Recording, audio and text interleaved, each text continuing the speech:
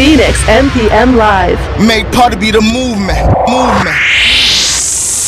We make party. Now I apologize if anybody tuned in at exactly 6:59 and 20 seconds, whatever left. We were geeking out. We actually started talking a little bit about Arrow and the Flash and the new spin-off League of something that's coming up. League of, I don't know, Legends of Tomorrow. Yeah. And we went off on a tangent, so we apologize if we're about 10 seconds late for the show. And when I say we, I mean myself, PHNXM.P.M, PHNXM.P.Mlive, and of course, it's his Geek Week, so we got Man Geek. How's everybody doing? And special guest. Let me make sure. Let me get the camera situated. Get this right. Get this proper. So I'm having a little bit to my left, your right. I got my man Vic. Those of you who are true loyalists to PHNXM.P.Mlive, you checked us out during our first show, which was featuring Liz, the international diva. We had a special co-host, one of our super producers. We had my man Vic, Dominican Vic, Amboy Vic, in the studio. Say what's up, Vic. Let people know who you are. Remember who you are. For those who remember, he's a man of few words. He just stands there and looks pretty. All right, because I'm sure he probably, since he's on the show tonight, he probably tweeted out all his friends and Bay, and told her he was going to be on the show tonight. But here we are, Geek Week, PHNXM.P.M. Live. It's been a while, but we're back. And tonight's episode, we talked. I know I amped up tonight's episode last time we were here. This is our New York Comic-Con recap. I don't know if you noticed how excited I am about tonight's show, how excited the old man Geek is about tonight's show, because this is like one of those like flush the format kind of episodes where yes, we have a format for tonight, but we're just gonna talk. Yep. Because for those of you who follow Old Man Geek on Instagram, Facebook, you know he was there along with the Make Party Movement's own Nerdy Fairy. She was also there. Amen. And he's brought back some goodies. When I say goodies, I mean some stories. Yep. He's brought back some photos. He brought back some literature, and he also brought back what's under here. What's under the black cloth? It's a black T-shirt, but we're gonna say the black cloth. Cloth sounds much more professional. For all the geeks, I mean geeks, you're gonna want to know what's under the black cloth, and you're gonna appreciate what's under the black cloth. Now we only have an hour. And usually 8 o'clock hits and we're like, damn, I missed this. We didn't talk about this. So let's get right into it. And the phone lines will be open tonight. We got it fixed. We worked on it. We spent some money. We prayed to the geek gods. And the phone lines are open. So make sure you call us tonight at any time. We don't care what time you call. We'll stop our conversation. Make sure it's geek related. Even if it's not, still call in. Yeah. Call us at 201. I'm sorry. I was going to say, love advice, relationship advice, financial advice. Sure. Hey. Yeah. Call us at 201-448-74. I'm sorry. What? That's the wrong number. Wow. 201-918-4469. It's right on the side for you looking at those of you who are watching us on the screen right now. 201-918-4469. The phone lines are open. So... well, I was going to say, next time what we might want to consider, what might help with the phone number is to have it on the screen that takes up 25% of the screen. I think that might help us remember next time. And just to apologize to Nerdy Fairy, Periscope is up. Nerdy Fairy, our other executive producer who keeps us running and reminds us when we're not on Periscope. Yeah, amen. Just to let you know, we are on Periscope right now. All right? So, Old Man Geek, let's talk business. Yeah. You went to Comic-Con. Yes. Comic-Con. That was October 8th to the 11th at the Jacob Javits Center. Spent last week doing a lot of the write-ups for Bleeding Cool, pulling together a lot of pictures and video that you guys are going to be seeing both on Old Man Geek and on PHNXM.P.M. You're going to be seeing a lot of that. Also got a little bit of the con flu for a week. And now, tell people about the con flu, because as soon as you told me you got sick, I pictured this sweltering pot of geeks. You know, all these geeks are, you know, tall, muscular, and in Greek god shape. I just pictured this room full of this convention center full of, no offense, greasy haired. Wow. I'm joking. But pretty much a bunch of people who spend a lot of time in their room watching, playing video games. Okay. I'm joking. Somewhere between the jock and the serial killer you described, I think is pretty much where the general hall is. But the one thing you do tend to find, and I've seen this all 10 years ago in Comic-Con, is that people, I guess, just don't want to waste time, for example, sneezing into a tissue or handkerchief when they can just do it to the person in front of them. You know why? Because honestly, the second you take to make that sneeze, Mark Ruffalo walks by you in a costume, and you miss seeing him. Yeah. Yep. So you sacrifice the sanitary behaviors for the chance to get an autograph from Mark Ruffalo. For those of you who went to Comic-Con, you might know what I'm talking about, which was Mark Ruffalo was actually walking the floor at Comic-Con in costume. You can check online; they actually have a couple of the pictures of the costumes he was wearing. But yeah, he was one of the people in disguise walking the floor. Justin Timberlake in the past has been known for that for San Diego also. Okay, so I don't even know where to start. Okay. You went to some panels. Yeah, there were a lot of big panels. What were the biggest panels of Comic-Con, New York Comic-Con 2015? And I know one you might mention. Let's save that one for last. Yeah, I'm going to save that one for last. We're going to unveil what's under the black cloth. There were a lot of really, really interesting panels that went across all 4 days. The one thing that made New York Comic-Con different this year was San Diego this year was more of a heavy concentration on movies. For example, Batman vs. Superman, you saw a very heavy concentration in San Diego. New York Comic-Con this year, it seemed more like television really owned the day, and there were a lot of really cool announcements. But just to cover that, I want to start with comics first, because I got a couple of responses back from people who said that sometimes we don't necessarily always give comic books the kind of love that they deserve. From Comic-Con. Of course, right? Exactly. Which we talked about, about... From my understanding, I guess in the past, I felt like there was that whole a group of people who felt like the comic was being lost in Comic-Con. Yeah, exactly. And you always hear the response of, well, it's a multimedia system now, so Batman isn't just a comic book, he's blah, blah, blah. Yeah. But again, I can understand where people are like, that doesn't mean we get pushed off to the side. Just remember where the source material came from in that regard. So in comic books, a couple things, because again, it kind of crosses those areas. Dark Horse Comics just signed a deal to do comic book series and miniseries for James Cameron's Avatar. That's going to tie in directly to the 2 sequels to Avatar that James Cameron's also writing and directing. Now, for those the modern Greek, the modern geek, we know Marvel, we know DC, we might know Image because we know Spawn. Yep. What titles would we know from Dark Horse? Some of them were popular. Dark Horse says they've done a great job with the Joss Whedon properties like Buffy the Vampire Slayer, Angel. They've done a fantastic job with those. The whole Mike Mignola Hellboy universe is also a company where they've just had an amazing career in putting those out, and they do a really great job in taking licensed properties and turning them into really good series, not just like, it's here's Halo, so we're going to give you like a cheap Halo comic. With Aliens and with Predator, which they also have the rights to, they make really deep, meaningful stories. And a lot of times, fans wish the movies were as good as the comic books coming out. All right. So for the modern geek, that's Dark Horse. Dark Horse is another publication, publisher for comic books. Where would Dark Horse rank? Marvel, DC, or I'm not sure.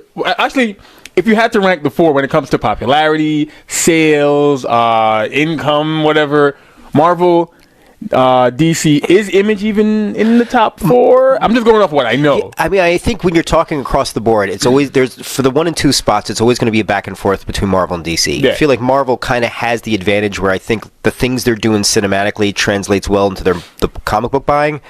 But again, when you factor in like digital sales and things like that, there's a lot of money to be made to be considered like second tier, quote unquote. Okay. I personally don't feel like I like Image. I put Image up there with Marvel and DC. I love Image. They just don't have a shared universe. So people with Image, it's a little more confusing because Image, you can get 25 books on 25 completely different subject matters, from romance to Western to science fiction to comedy.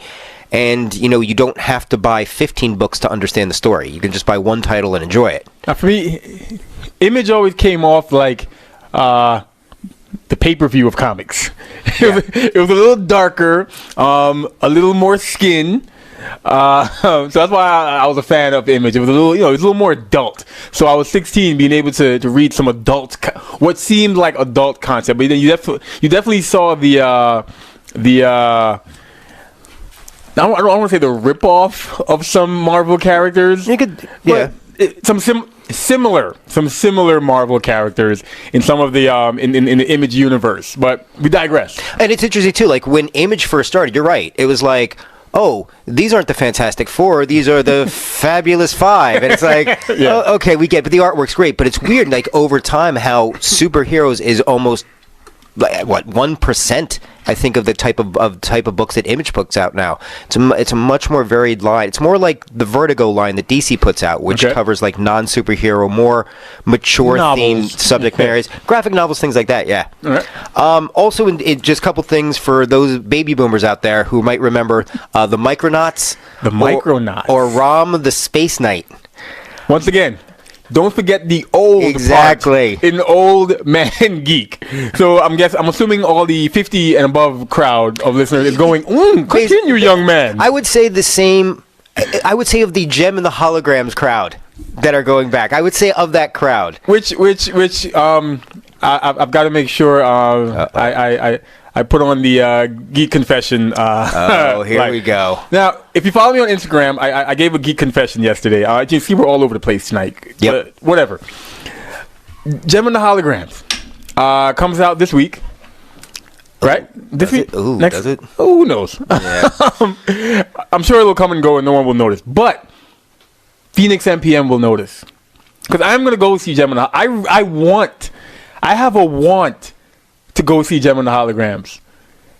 2 reasons. One, what are you looking at? I have actually nothing to say. Here's why. One.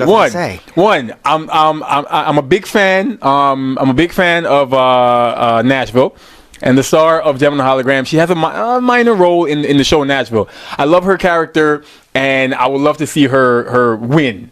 Her as an actress. So I was like, hey, great. She has a leading role in a Hollywood blockbuster. And two, as a DJ, as a person who loves music, the song "Youngblood" from the movie is a make party track. You guys are looking at me. I can't even. I'm gonna go see Gem and the Holograms. Anyone wants to go see it with me? I will pay your ticket to come see Gem and the Holograms with me. I bet you that people will say, you know what? You should give it some more credit. Go see it. I saw it. It was good. Geek Confession over. I'm gonna go see Gem and the Holograms. 1, 3, just for nostalgia reasons. I'm sorry, I grew up watching the show. You've taken the Geek Confession sign down, right? Yeah. Okay, good. Yeah, I try not to judge in Geek Confession, but you can't. But okay, but let me tell you what I heard you say. What I heard you say was, I want to see Gem and the Holograms, 1, because I really am lacking in a chance to stab my eyes out. 2, I have nothing else better to do with the 85 minutes of my life I will never get back. And 3, I was in a car accident once, too, and it wasn't that bad. So I wish I had the song "Youngblood" to play right now. Why? You hate me that much? It's really? Really? I'm gonna mark my words. I am hoping somehow, because I know Steve Aoki and Diplo and DJ Snake listen to PHNXM.P.Mlive, I would love for either one of them to link up with Kesha and link up with the star of Gem and make a remix of that song. I think because the song just screams Kesha, but it needs a little more kick in the beat. I'm on myself on this, aren't I? See, because I was with you because I thought your story was going to go team up with Kesha and Leah Gem and push them off a cliff. Because then I'm with you on that. No. But you went a different direction, so I have to disagree with you on that. I'm going to go see Gem and the Holograms. And for any of you who are just writing it off, you should apologize to your childhood. Anyway, do like I did with Twilight. Go see it and then feel good in knowing you hated it. Oh, yes. That anything that helps the numbers. Anything that helps sales. Okay, then don't go. Please don't go. Please don't go. But again, we digress. Yeah. Back to Comic-Con. Yeah. This is what we're all about. Okay, so you got Rom the Space Knight and Micronauts. They're going to be at IDW Comics, which is another one of those up-and-coming comic companies that's really grown. IDW? IDW. Yep. They also publish Gem and the Holograms, which is the reason why I brought them up also. The bigger thing is that Scott Snyder is the writer and Greg Capullo the artist of Batman. and they've had a humongous monthly run for a long time with Batman. Batman being the #1 seller for DC Comics. Okay, because he's Batman. You know, exactly. He's Batman. But the announcement they made is that Greg Capullo... Wow. You know, I was about to get suckered into doing an imitation. That's not going to happen. Come on, going around the room. Your best I am Batman. I'll go first. I am Batman. Vic. All right, Vic, you'll go last, but you have to go. Your best I am Batman. Everyone's clearing their throat. Like we're going to win an Oscar for this. I am Batman. Not bad. A little airy at the end. Yeah, I know. You know? It was like porno Batman. He's like, yo soy? Yo soy? Yeah, Batman. I'm Batman. We're going to edit all of that out. That never happened. But I hope you're all proud of us. Hope you're all proud of us. We're live. Okay. But Greg Capullo, the artist, as after issue 51, he's going to be taking a hiatus from the book to do a creator-owned project with Mark Millar. For those of you who don't know Mark Millar, he's the one who created Wanted and Kick-Ass. Wanted, the movie. The comic book that turned into the movie. Yep, the Curve Bullet nice. and Kick-Ass.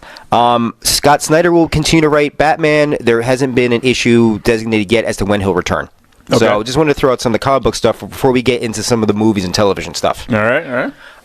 Marvel, and I got to refer to my notes here because Marvel made one announcement cinematically, but more did some shifting around of some dates and some times.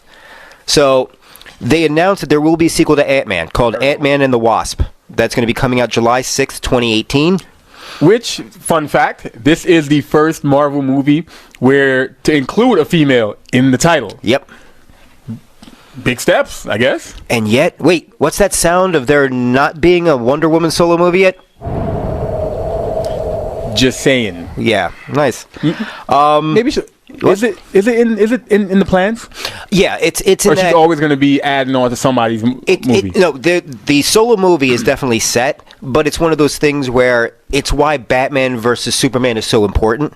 Because it's setting let's up. say it doesn't go well. You have wrecked the foundation for about 8 solo movies that were going to come out of this. True. So, because they announced that, it'll be coming out July 6th. Black Panther has been moved to February 16th of 2018, and Captain Marvel has been moved to March 8th of 2019. Captain Marvel I bring up also because Ronda Rousey is still expressing strong interest in being able to try out for the role of Captain Marvel.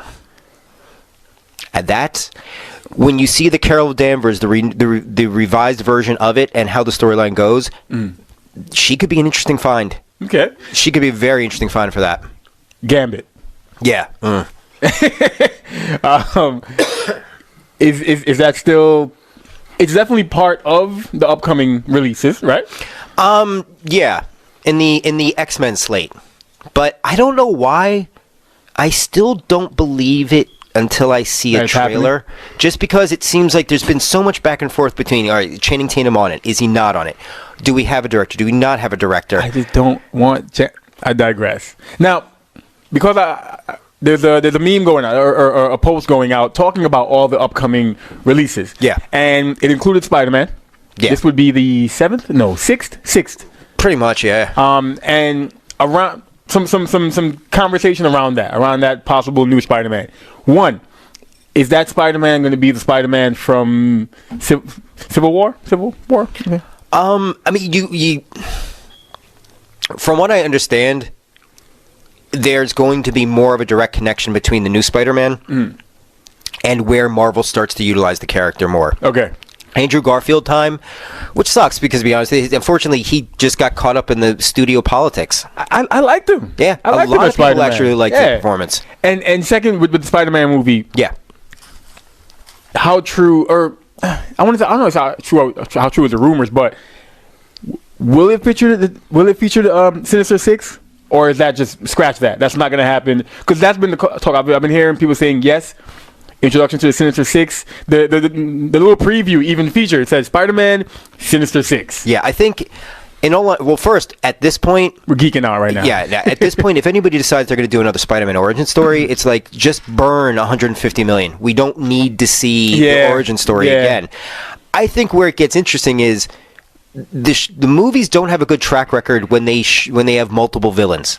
It just seems like they kind of get lost. But having said that, when you have a team of villains where they can function as a bad guy team, I think that's an easier way to get multiple players in play.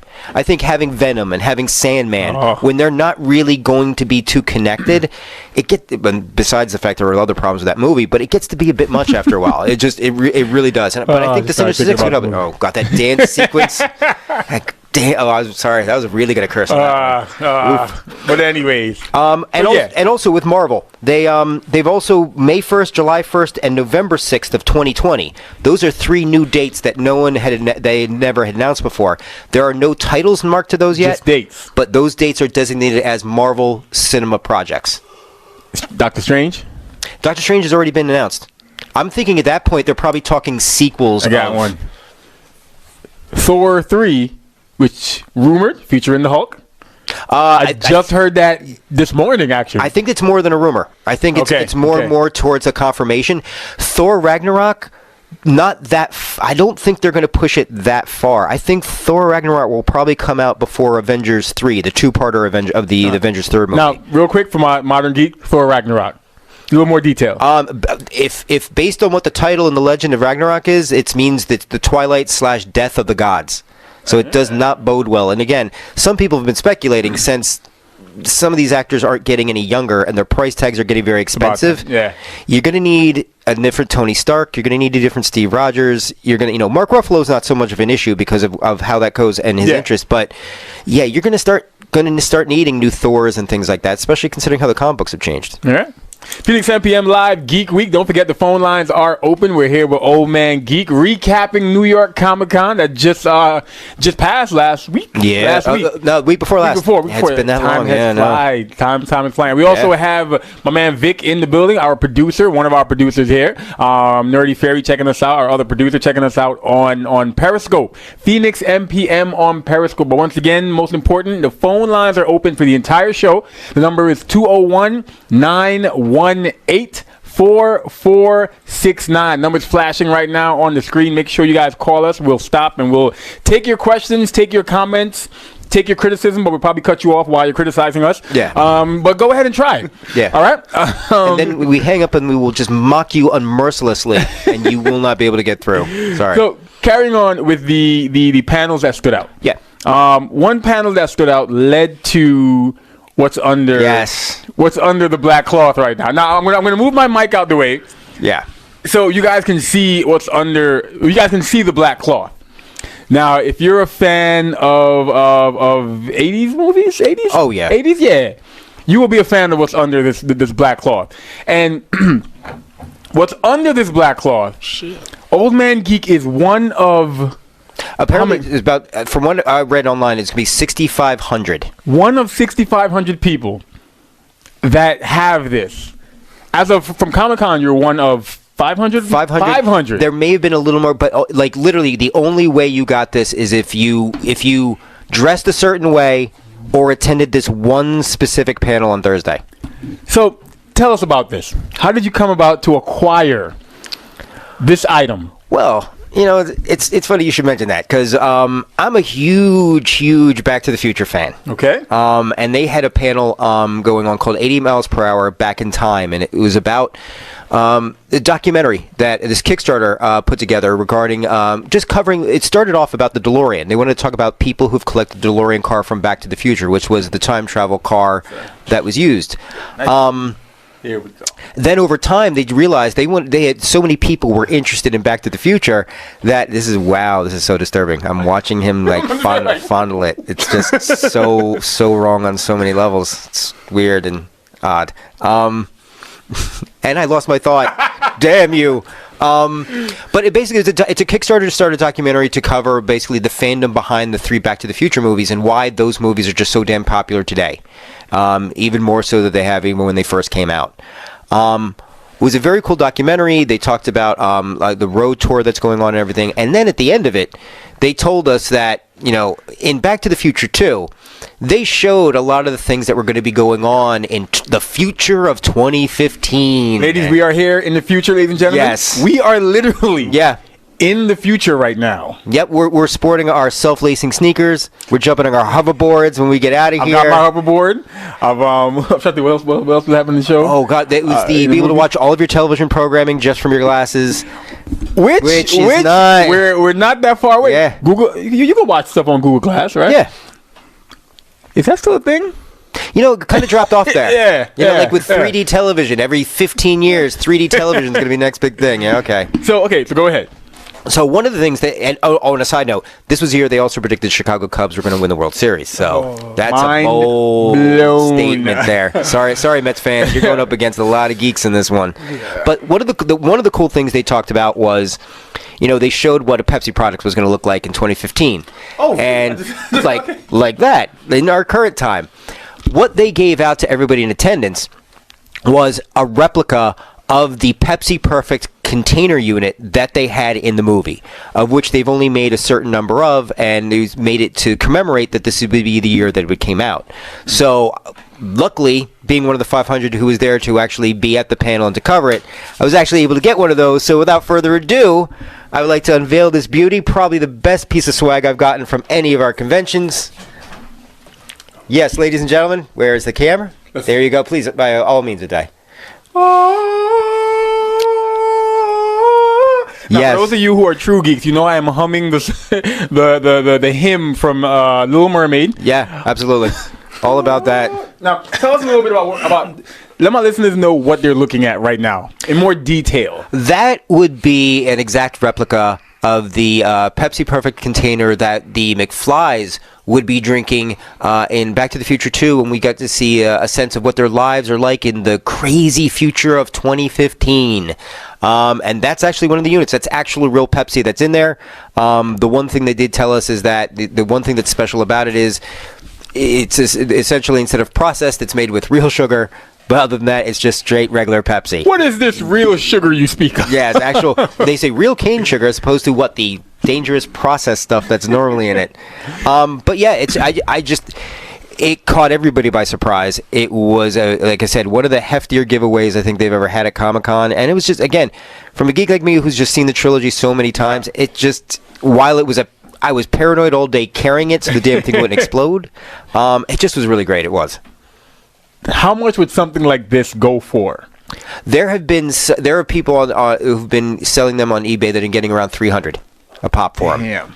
You know, and it's again, it's. Let me say this: as much as I think of that and I hear it, I'm like, ooh. Now, $300 a pop, with it not being so publicized. Now that people know what this is, Yeah. I could imagine thousands. Yeah, and also it depends upon Pepsi too. If Pepsi decides all of a sudden, like, hey, everybody likes it, so let's put out like 10 million more of them, then it becomes worth like $8 at most. Nice. This is nice. It Man. really It's is. big. It really is, and I gotta say, it's like I said, 300 sounds great, but it just looks cool on a shelf when you know what it's from. It just really works. It Be really the does. 100th caller right now when you get to win. No, I'm joking. Yeah. No. So yeah, I mean that talks about some of the things that I know you and I were talking about before we came on the air. Is, you know, with Comic-Con, the freebie stuff isn't quite what it used to be. You know, especially in the exhibit hall and things like that. Most of it is stuff to buy. The panels you tend to be a lot more generous regarding giving things away, whether it's posters, you know, things like this I love, but they tend to not be of that major of nature, but still some incredibly cool things like limited edition posters, prints. Sometimes, you know, at the Final Girls panel, they were giving out passes for a screening at NYU that evening for people who wanted to attend. So again, there are good things like, you know, again, for Impractical Jokers, you know, we had the Merface. Shout out to the Make Party Movement's own Kevin Delina. He's a big fan of the show. Put me up on the show, and big shout out to him because, like I said, he's a big fan. And you got a chance. Did you meet them? No, unfortunately, that was supposed to be a. Interestingly enough, I actually met Joe last year at Comic-Con. I actually was able to get a picture with him and talk to him briefly. This year, no surprise, Impractical Jokers panel booked solid about an hour and a half before. The one nice thing about it was, though it was no surprise, they formally announced that True TV has given them a full 5th season pickup. But again, no surprise. Well deserved. Now, you and I were talking, and I was a little surprised by this. When we were talking about panels, I'd mentioned to you, and I know you wanted to talk about this, the fact there were one or two little tidbits that came out of the Game of Thrones panel. Yeah. That took place. Since I know you like you like to pick my brain and challenge me on the minute details of Game of Thrones. No, don't get it twisted. I'm not one of those. I'm not a hardcore Game of Thrones. I know about all the rumors, all the theories. I watch. I come up with my own stuff in my head. I read a couple blogs here and there just to, but I do that with any show. But I'm not hardcore. But I do get a little tingly feeling when people want to talk Game of Thrones. I feel it in my chest. My nipples start to get. No, we can step out of the studio for a couple minutes if you need it. PHNXM.P.M. after dark. So Game of Thrones panel. Yeah. Now was this one of those Game of Thrones panel where all the Peter Dinklage is there, or no? You know what it is? It was. That's San Francisco or San Diego. They that. Not even so much that. It usually depends upon if they're just in the middle of filming or doing large production. Generally, you won't get a lot of cast because they're not available. And also, there isn't just a lot per se they have to say. Even at this Game of Thrones panel, there were one or two little interesting tidbits, but you know full well that come the next round of conventions, you're going to get a much better turnout of news and a much better turnout of actors. As we get closer to the premiere season. Yeah, exactly. Again, with a lot of the premieres, you'll find that for example, if something is going to premiere in January, for example, like the X-Files panel, you knew exactly you were getting Chris Carter and David Duchovny. Because, we're going to make sure we talk a little bit about that too. Yes. But with Game of Thrones panel, excuse me for a second. Ooh, sorry. That con flu. It's a love. I'm jacked up on so much cold medicine right now. But the two tidbits, I know that's the street name for it. I digress. But and apologize for the notes, but I want to make sure I get these things right. Natalie Dormer, Keisha Castle Hughes, and Finn Jones were the actors who were in attendance at the Game of Thrones panel. It was Natalie Dormer who let slip a couple pieces of information, and some of this information was confirmed by Game of Thrones fans, so I don't want to make it seem like I'm also speaking from Shout out to my fellow Game of Thrones fan, Danny. I hope you're listening right now. Danny, she's the one that kind of keeps me updated on some of the additional fan fiction as well as some of the additional blogs that are out there. She's also the one that pimped my comic book collection, nice. my collection. She's the one that took it from this many comic books to literally a stack, which I'm still going through. I'm still reading. I'm still, separating the ones that I love, the ones I like. But anyway, I digress. Danny, shout out to you. PHNXM.P.M.Live, New York Comic Con recap. Man Geek, continue. Oh, that Natalie Dormer let slip that they've been doing filming in Spain. Which was confirmed by one of the Game of Thrones fans there, which means that Spain stands as the real-life stand-in location for the Kingdom of Dorne, and in more scenes involving the Sand Snakes, which I know you were very, very, very pleased to discuss. Now, you ever have a show you watch, and all of a sudden, in some season, there will be some minor characters that kind of pop up, and you fall madly in love? So that's what happened with the Sandstorms. Those characters, they're amazing, they're talented, they're beautiful, they're lethal, and I just love the characters. And they are some of the most beautiful females I've ever seen in my life, and they're amazing actresses. I'm acting like if they had these big dramatic scenes, they were just like fighting and killing people. But I was like, oh my god, whatever. I want to go live in that world so I can meet the Sandstorms and they can poison me because they were lethal. So it's not like Meryl Streep has nothing on them. They should be winning every award. They should be, but just because I think they were amazing. But to me, their last couple scenes left a nice big cliffhanger that I can see them having bigger roles in the next season. Because I don't want to give too. I mean, it's not a spoiler. Everyone knows what happened. They were responsible for, I guess, the poisoning of a young Lady Lannister, if you will. And the theory is, will she die? Will she not die? But the Lannisters are going to want revenge. And they're going to want revenge on the Sandstorms, on the Sand Snakes. And they're going to be in the show more, which points for me. I mean, a plus for me. The win-win scenario. I liked their storyline. I mean, I was joking before, but I loved their storyline. I liked how lethal they were. They had totally digress. They had a little Harley Quinn thing going. That lethal yet still intelligent, smart kind of character. But anyways, no, and she was also asked in a follow-up question, how would she do if she had to do her own, quote, walk of shame? Shame! Which caught the crowd by surprise when she gave a response that basically, I'm paraphrasing, but was of, I can't continue with this question without getting into some serious, like, trouble or issues. Because now you're talking Lannisters. Sand Snakes, there's going to be some conflict. There's already a little bit of conflict from their storyline, but there's going to be some more conflict. For those of you who are not Game of Thrones fans, I don't care if you're lost right now. Start watching the show. This is what Geek Week is all about. You may have been big fans of the comic talk, but now we're talking Game of Thrones, and we have listeners who like Game of Thrones, so we try to mix it up. Along those lines, also, for those of you who just don't believe Jon Snow's dead, You don't watch it? I don't want you don't watch it? No. There's only like 900 characters you have to memorize, so it's like not... From the first season. Yeah, they kill half of them off by the 4th episode, and then they bring like 300 more I mean, on. how hard is it to follow a show that has dragons, dead people, an army of the dead, it's a lot. Yeah, it's a lot. It's television heavy lifting. It really is. It really is. The last thing was Keisha Castle Hughes was asked about what it was like working with Kit Harington, and she responded that it was a great working experience and that she would definitely welcome the opportunity to work with him again. She was immediately cut off by Finn Jones, who wanted to make sure the crowd understood. Yeah, absolutely, Jon Snow is dead. Let's not forget that Jon Snow is dead. Come on. So, yeah. Game of Thrones directors, producers, writers, we get it. Jon Snow is dead. Wink, wink. But I'll try to tell old man Geek earlier. I believe them. Jon Snow is dead. But I believe they are make sure they're being very specific by saying Jon Snow is dead. The man that we know as Jon Snow is dead. My prediction is that next season we will get what was I looking for? Another. I believe that the spirit that is Jon Snow will evolve into something else. So the man that we know as Jon Snow is dead. He was stabbed. He was multiple times, and then of course the last time by that little prick. Well, then there was the eyes a certain color? Were they not certain color?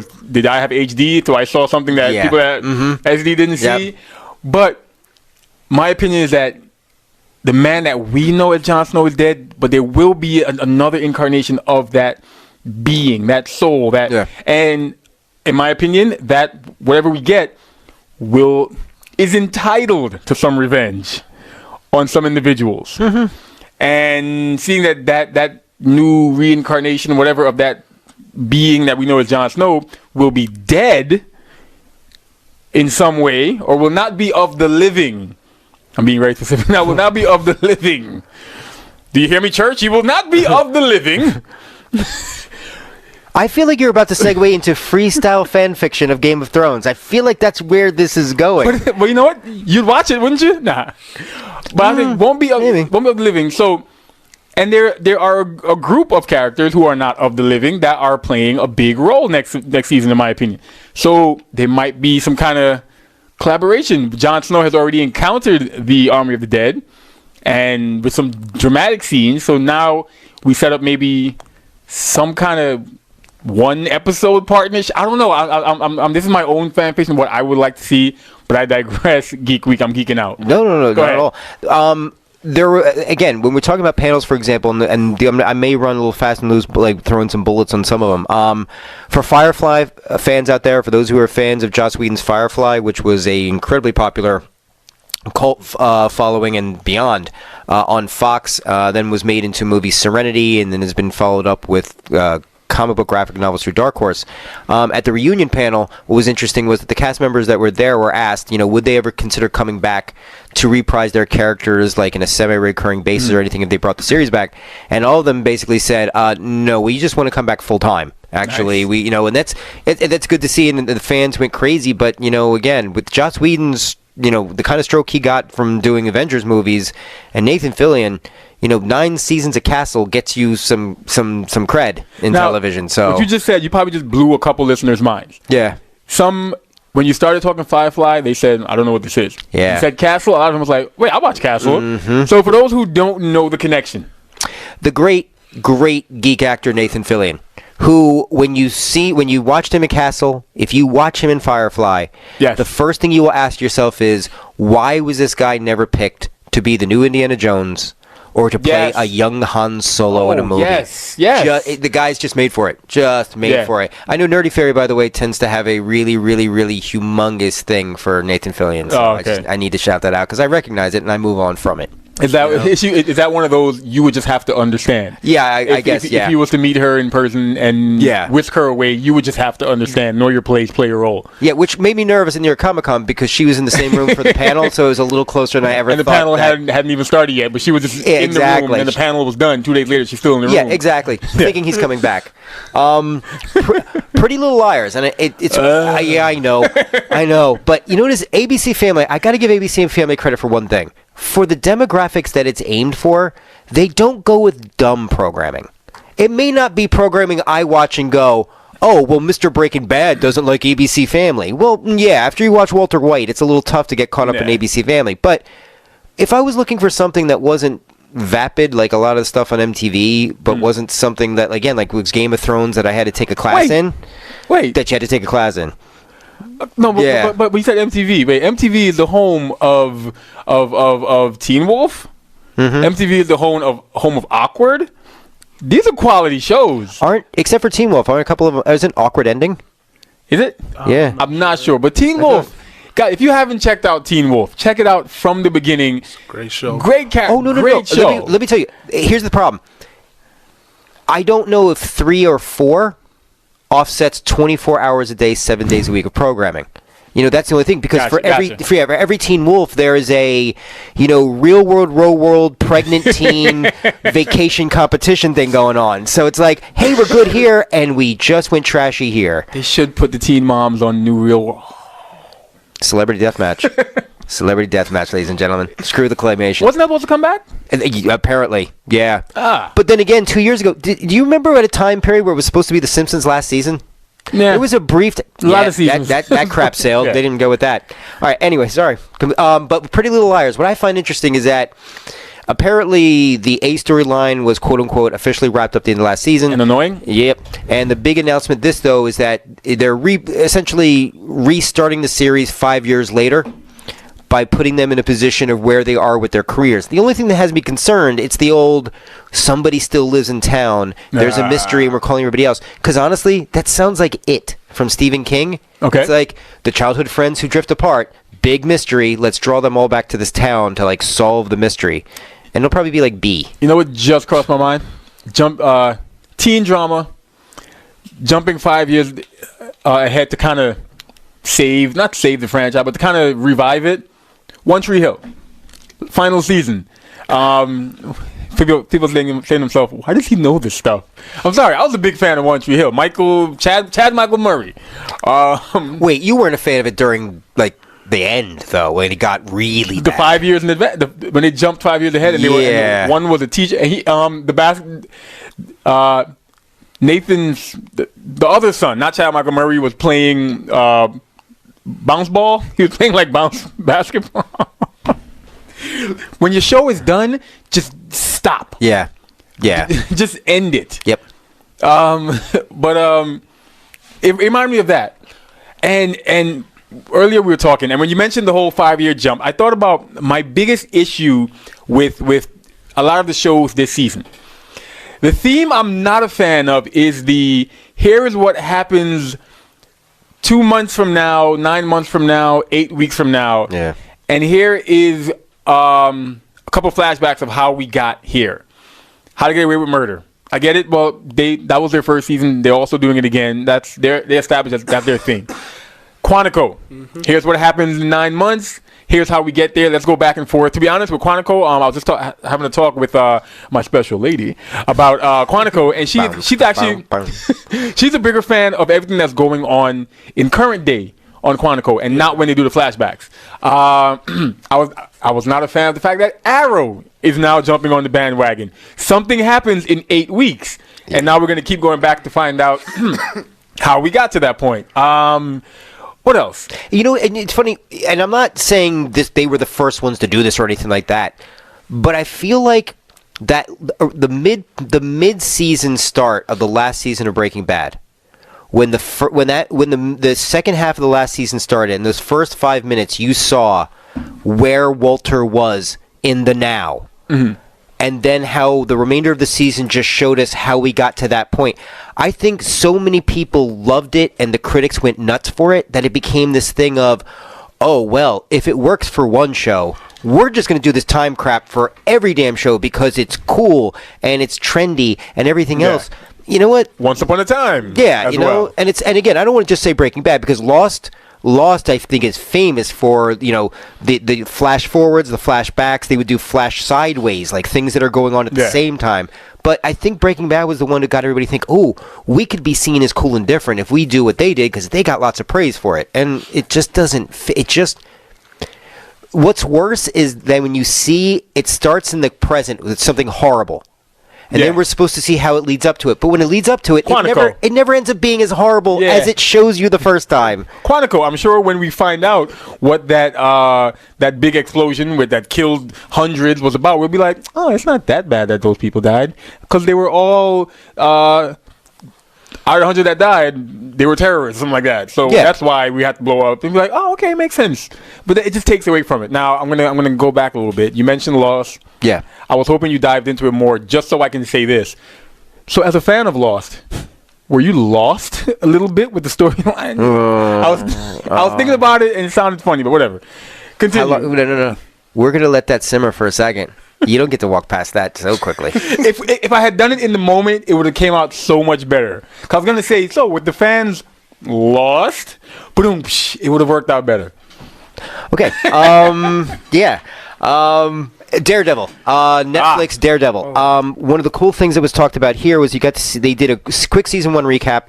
You got to see Daredevil in full costume. You got to see some quick footage of Elektra, but more Elektra, yeah. I didn't know this. But the best part, because I was thinking, it's gonna say one thing. Go ahead. We got to see Punisher, full costume. In as good a full costume as you're going to see at this point, and with just one word: beg. Beg? That's it.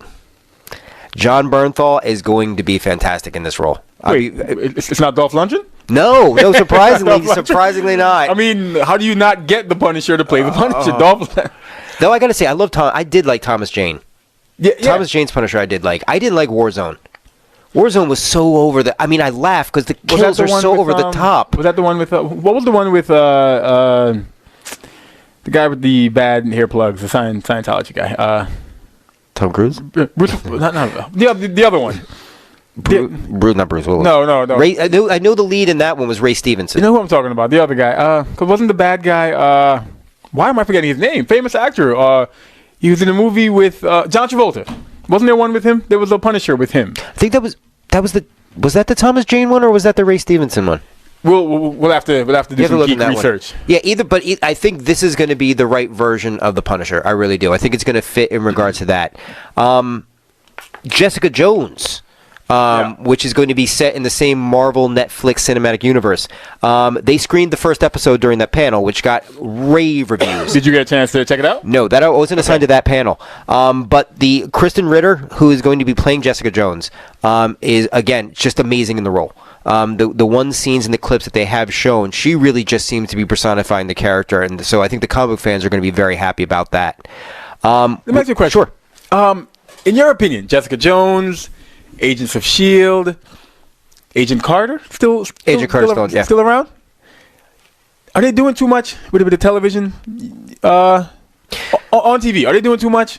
Are they trying so hard to the movies are doing good? Quick, let's throw out this show. Let's throw out that show. Agent Carter, I tried. You know, you're going to have a tough time with Agent Carter just from the standpoint of prequels. Yeah. I personally always have an issue with prequel because with Agent Carter, I look at that and I think to myself, I like this, but oh my God, I've already know you're going to die. Like, it's just, it's like, it's horrible to say, but it's like, I know nothing's going to happen to you because we've seen where this goes. When you die. Yeah, and we know where this goes. So that drama kind of gets left off. God damn. I know, I'm sorry, but it's just, maybe I could have phrased that better. But with Agents of S.H.I.E.L.D. You know you did. I know. With Agents of S.H.I.E.L.D., I wish it was more espionage and Homeland-like Okay. than trying to be like, okay, we're an Avengers team, but we're S.H.I.E.L.D. sanctioned. I think you're better off if you go to the individual characters. Like, I think a Daredevil will work because there's a grim and grittiness about it that people are going to connect to, which is why I think the Punisher is going to work, which is why I think a lot of those, what they call the street-level heroes, I think are going to work out a lot better. I think as effects get a lot better and Netflix is looking to spend a lot more money along with Amazon and others, I think you're going to see the possibility of there being like, a perfect example, this week, the first thing everybody thought when the rumor came out that Marvel had gotten the Fantastic Four rights back was, oh my God, they're going to Netflix because Netflix can afford to do the effects.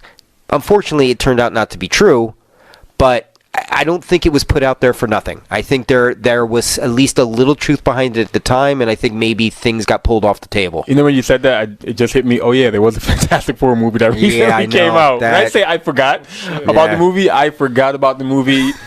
It was the $200 million movie that got its ass kicked by the $50 million Straight Outta Compton that made more in its opening weekend than Fantastic Four made its first 3 weeks. Now you know what won't get its ass kicked? Gem and the Holograms.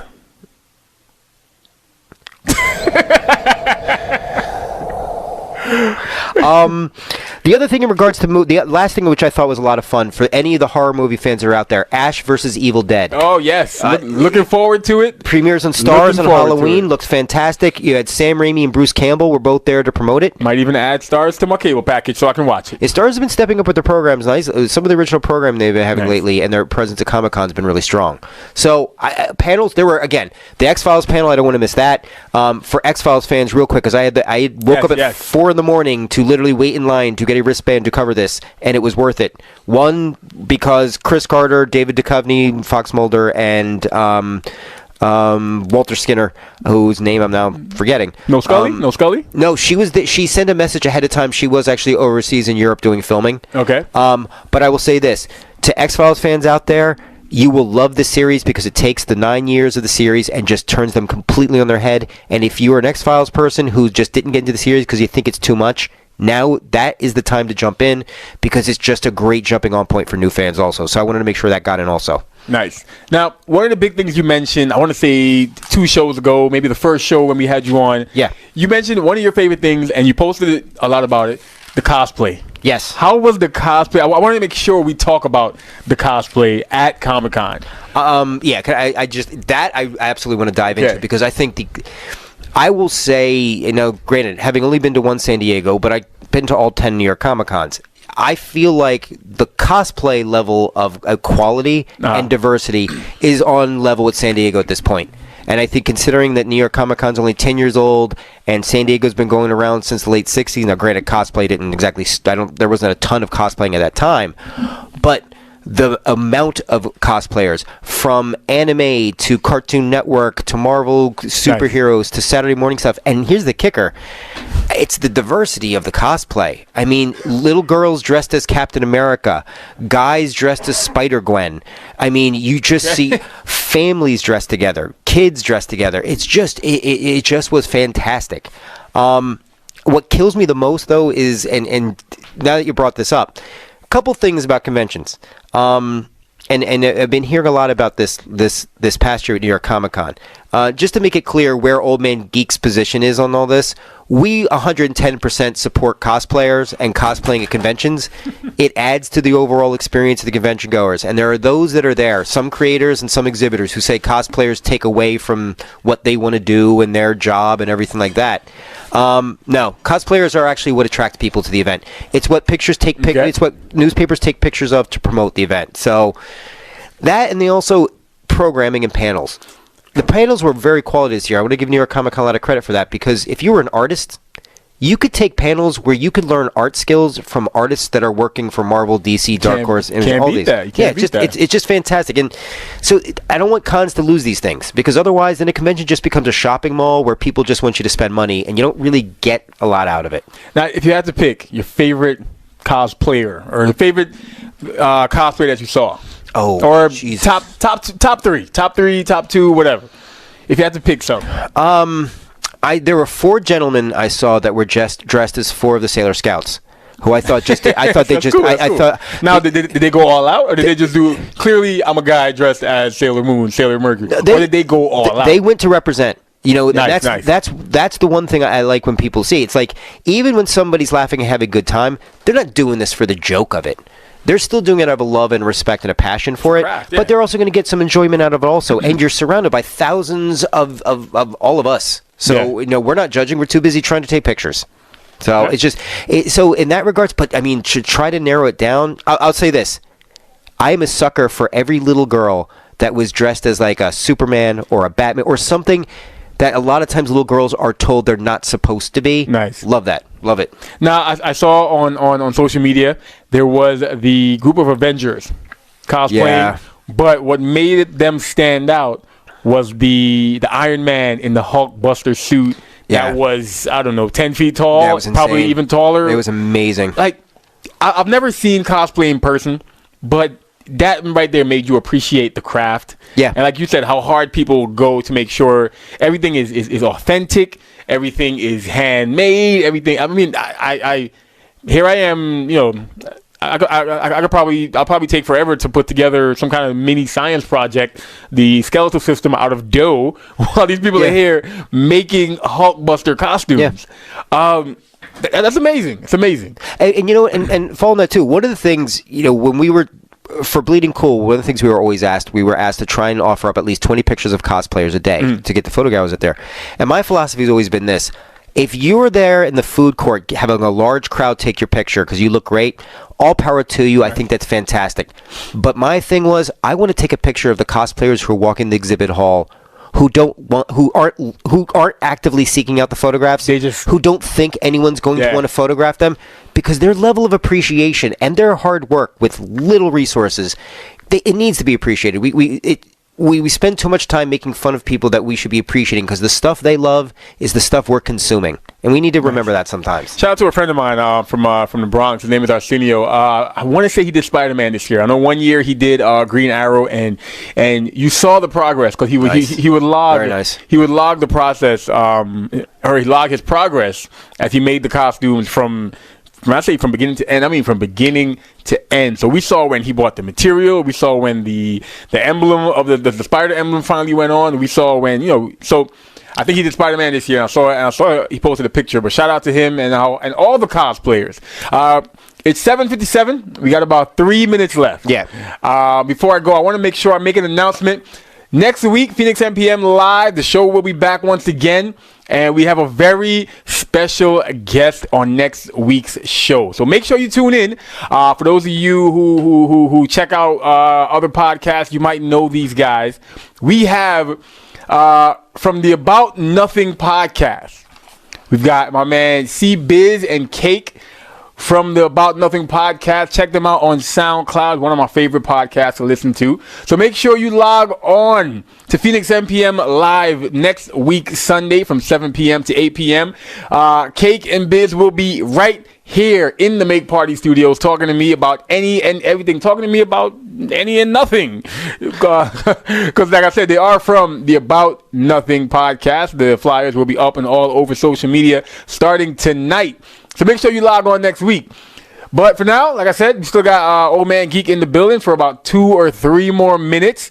And we're wrapping up our recap of Comic-Con. Yeah.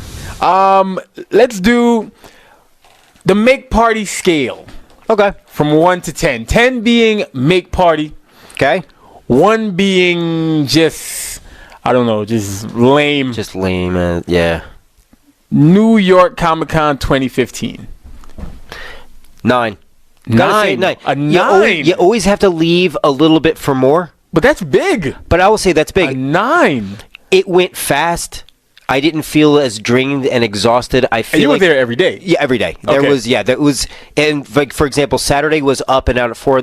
On average, you do about a 14-hour day on a light day. But usually it goes longer than that. But I would say, honestly, with 9 out of 10, especially considering this is the first year they started using places outside the Javits. Like they had panels going on at the Hammerstein Ballroom. And by the way, I'll trash them every other time of the year. but thank you MTA for getting that damn 7 line open to the Javits Center, because can I tell you that made everybody so much happier being able to just get out of the 7 train and walk across the street right to the Javits Center. Now, it was huge. Let's give I don't know, a scale. I don't know what I'm looking for, but yeah. Okay, what would you rate last year? So we'll know how important this 9 is. Because to me, that's big. I've never been to one, but I think if you're going to give something that close to the top, that means something. So I would put last year, I'd put it around 7.5. So this year is big improvement. Big improvement. And I'll say last year I felt to be even improvement upon the year before. Because 2 years ago, 2013, I beat up the crew at Comic-Con pretty hard, my write-up, for Bleeding Cool. And I stand by it. But then I also found myself this year when they had the New York Comic-Con, when they had the crew Q&A wrap up at the end, I found myself coming to their defense because there were a lot of things like people want to complain to them about like the exhibit hall crowd control. And I'll be honest, I said this is what I said in the panel was they could have a staff member every 3 inches. They can't do anything if we who've been here over the years don't get smart about stuff. You want to take a picture of a cosplayer? Don't do it in the middle of the hall. Go off to the side. You got all the Avengers lined up right in the middle of everybody trying to walk. Exactly. You've got groups of 3 or more doing this Sound of Music Von Trapp family hand-holding thing across the aisles, so you're literally having to like limbo under their arms. And we discussed how cleanliness isn't always good, so going under people's arms ain't always the nicest thing. You don't want to rub against it. But again, for that size, Repub did a very admirable job, and they realized the things that they lacked in and to work on for next year. I see they improve every year, so I give them credit.